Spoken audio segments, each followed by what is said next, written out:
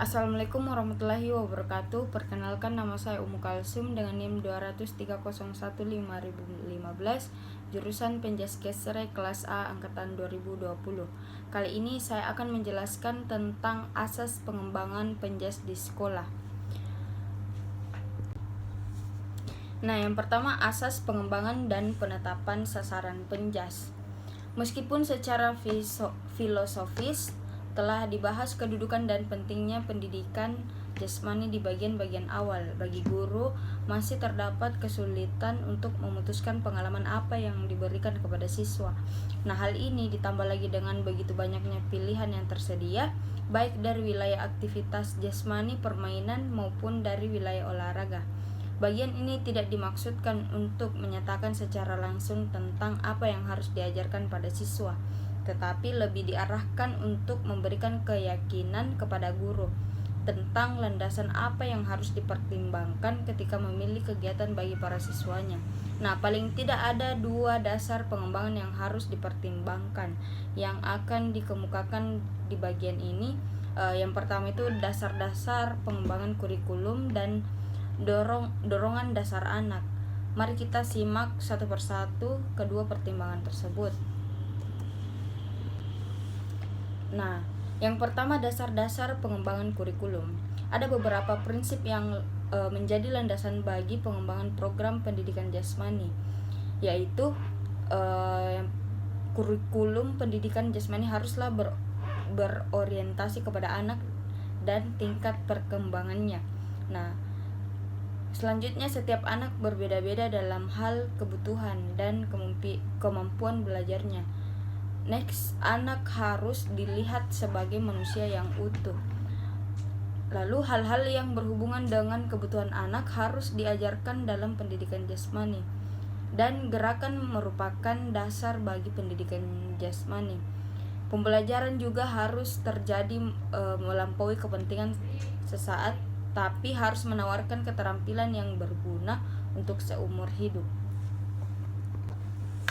Nah, yang kedua, dorongan dasar anak. Dorongan dasar anak adalah suatu keinginan untuk melakukan dan menghasilkan sesuatu. Semua anak memiliki perasaan seperti ini yang kemungkinan besar merupakan sifat turunan atau pengaruh lingkungan. Nah, dorongan dasar ini dikaitkan dengan pengaruh masyarakat, guru, orang tua, dan teman-teman sendiri. Biasanya dorongan dasar ini akan berpola sama pada setiap anak dan tidak dipengaruhi oleh faktor kematangan. Dorongan tersebut niscaya mengarahkan pengembangan kurikulum pendidikan jasmani dan untuk menciptakan program yang sesuai dengan sifat-sifat anak. Berikut ini akan dibahas secara selintas tentang dorongan-dorongan tersebut. Pertama, dorongan untuk bergerak, dorongan untuk berhasil dan mendapat pengakuan, dorongan untuk mendapatkan pengakuan teman dan masyarakat, dorongan untuk bekerja sama dan bersaing, dorongan untuk kebugaran fisik dan daya tarik, dorongan untuk bertualang, dorongan untuk kepuasan kreatif, dorongan untuk menikmati irama, dan dorongan untuk mengetahui. Nah, bagian B, model orientasi kurikulum dalam pendidikan jasmani. Persoalan konflik antara makna pendidikan jasmani dan pendidikan olahraga perlu diselesaikan. Keduanya tidak perlu dipertentangkan, yang berbeda adalah dalam hal pemahaman. Keduanya sebenarnya mengandung fungsi mendidik. Nah, penyelenggaraan pendidikan jasmani bisa berbeda karena berbeda dalam rancangan kurikulumnya. Di negara maju, pendidikan jasmani dilaksanakan dengan berorientasi pada model-model kurikulum yang berlalu. Model kurikulum inilah yang menentukan perbedaan tekanan terhadap program yang dilaksanakan. Apakah berorientasi pada peningkatan kesegaran jasmani atau keterampilan gerak? Misalnya, untuk memperjelas perbedaannya, mari kita simak model kurikulum sebagai berikut. Nah, yang pertama pendidikan gerak, kedua pendidikan olahraga, ketiga pendidikan pertualangan, keempat pendidikan perkembangan, kelima pendidikan kebugaran, dan terakhir pendidikan disiplin keilmuan olahraga. Nah, berikut contoh gambar teknik gerakan menjadi fokus utama. Nah, bisa dilihat pada gambar tersebut. Nah, selanjutnya ada gambar aktivitas latihan kelentukan pada gambar yang pertama dan gambar yang kedua itu ada penerapan konsep titik berat tubuh dalam praktek. Bisa dilihat pada gambarnya. Yang ketiga, ruang lingkup pendidikan jasmani. Setelah dibahas tentang dasar-dasar pertimbangan sebagai pedoman untuk menyusun program pendidikan jasmani, ruang lingkup pendidikan jasmani dapat ditentukan. Namun demikian, uraian tentang ruang lingkup ini dibatasi dan sifatnya masih umum.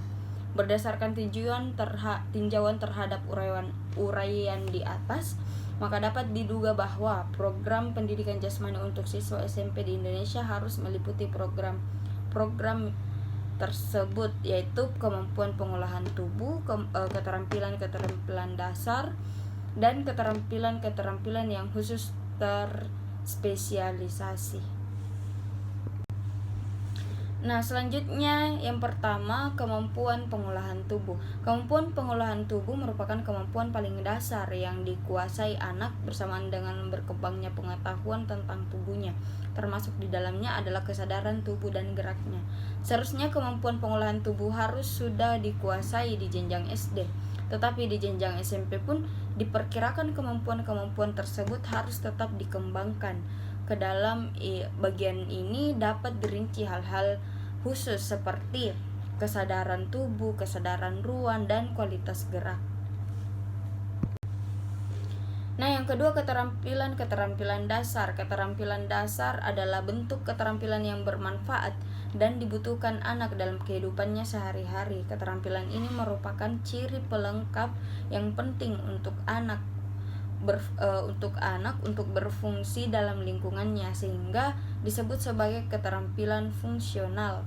Untuk kemudahan pembahasannya dalam modul ini, keterampilan dasar dibagi dalam 3 bagian, yaitu keterampilan lomotor, keterampilan non-lokomotor, dan keterampilan manipulatif. Nah, berikut contoh gambar gerak non-lokomotor. Bisa dilihat pada gambarnya.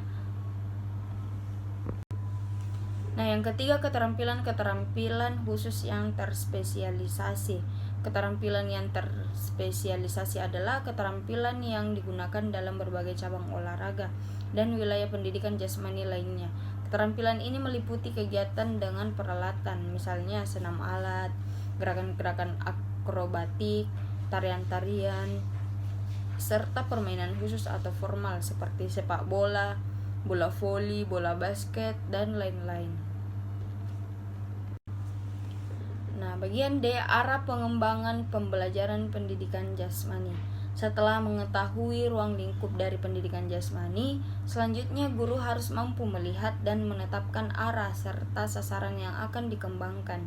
Nah, pedoman umum tentang arah dan sasaran ini diuraikan secara garis besar dalam bentuk 5 tujuan perubahan yang harus terjadi pada anak didik. Kelima tujuan tersebut adalah sebagai berikut, yaitu murid menjadi sadar akan potensi geraknya. Selanjutnya murid dapat bergerak dan tampil baik secara meyakinkan. Murid mengerti dan mampu menerapkan konsep-konsep gerak yang mendasar.